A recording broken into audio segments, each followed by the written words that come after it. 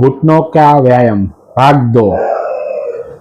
Uncle, एक पांव को घुटनों से मोड़ना है, मोड़िए, आराम से मोड़िए, धीरे धीरे, जितना मोड़ सकते हैं उतना ही मोड़िए, फोर्स नहीं करना है, ताकत नहीं करनी है।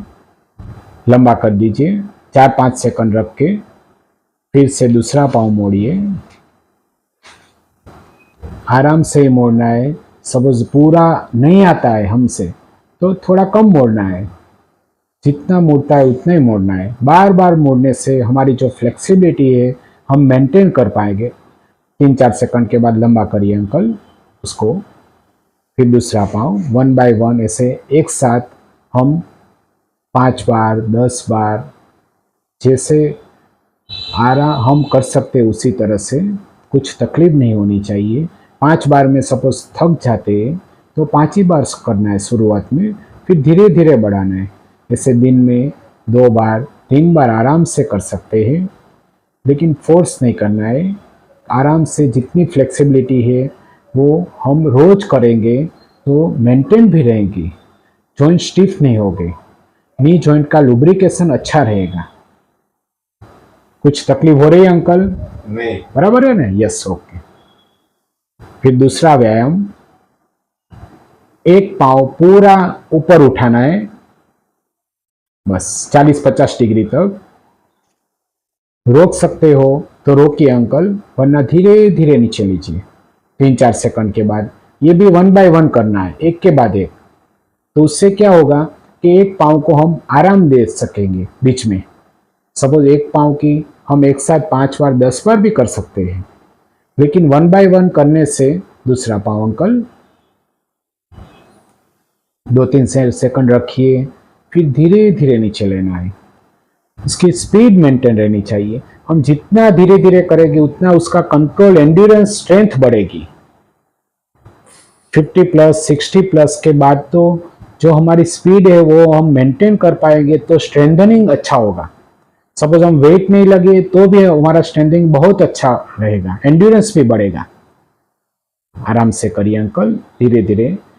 ऐसे हमारे पास जितना टाइम है, सुबह में, दोपहर को, शाम को, ऐसे जितनी बार होती है उतनी बार आराम से कर पाएंगे।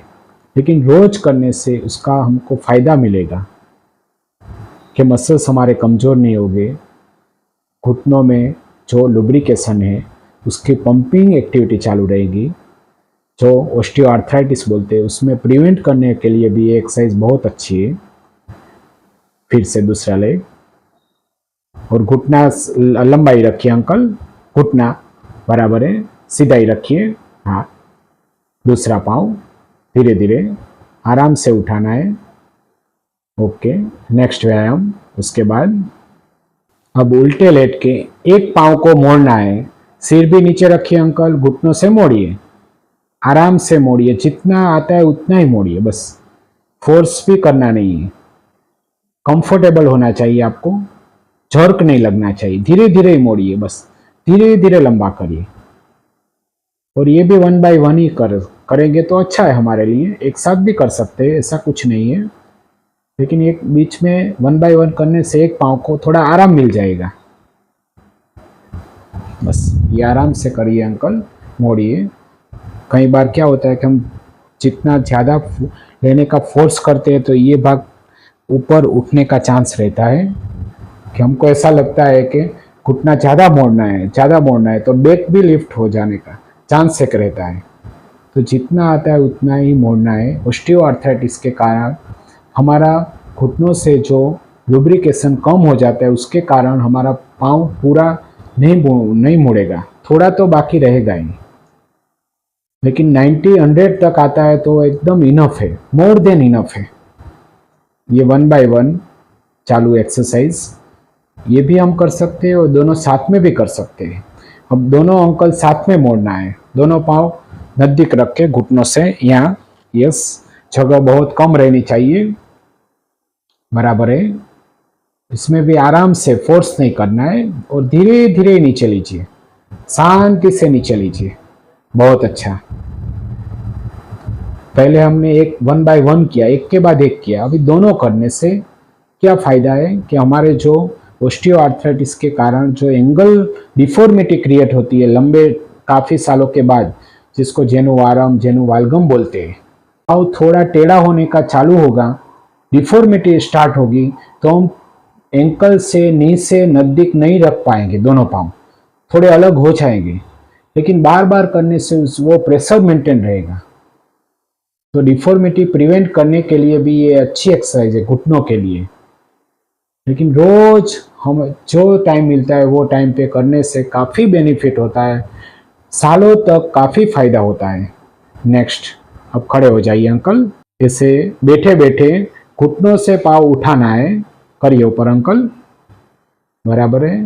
पूरा सीधा हो जाता है तो पूरे ट्राई करिए घुटनों से लंबा करने का, और लंबा करने के बाद जो उंगलियां है एंकल से आपको आपकी ओर खींचना है, एंकल स्ट्रेच करना है आपकी ओर, डोर्सिफ्लेक्शन, बहुत अच्छा। फिर धीरे धीरे नीचे लीजिए, घुटनों से नीचे ले लीजिए, यस। दूसरा पाँव बराबर है, जितना होता है उतना स्ट्रेट करने की कोशिश करनी है। वो लंबा करते समय, उठाते समय हमको ध्यान रखना है कि कमर हमारी पीछे नहीं जानी चाहिए। हाथ के वेट देके ये एक्सरसाइज हम बेड में भी कर सकते हैं, चेयर में बैठ पे भी कर सकते हैं। चेयर में क्या फायदा होगा, बैक सपोर्ट मिलेगा, तो हमारी कमर का भाग स्ट्रेट ही रहेगा। अंकल अब खड़े होके चेयर में आ जाइए, यहाँ आराम से, धीरे धीरे, बराबर, आराम से बैठ के। ये चेयर में बैठे बैठे is more comfortable than bed sitting, yes. उंगली आपकी ओर लीजिए अंकल, उसमें हाथ पे वजन भी नहीं देना पड़ेगा, बैक भी सपोर्ट में रहेगी, बैक से भी पीछे हम नहीं जाएंगे। सीधा नीचे लीजिए अंकल।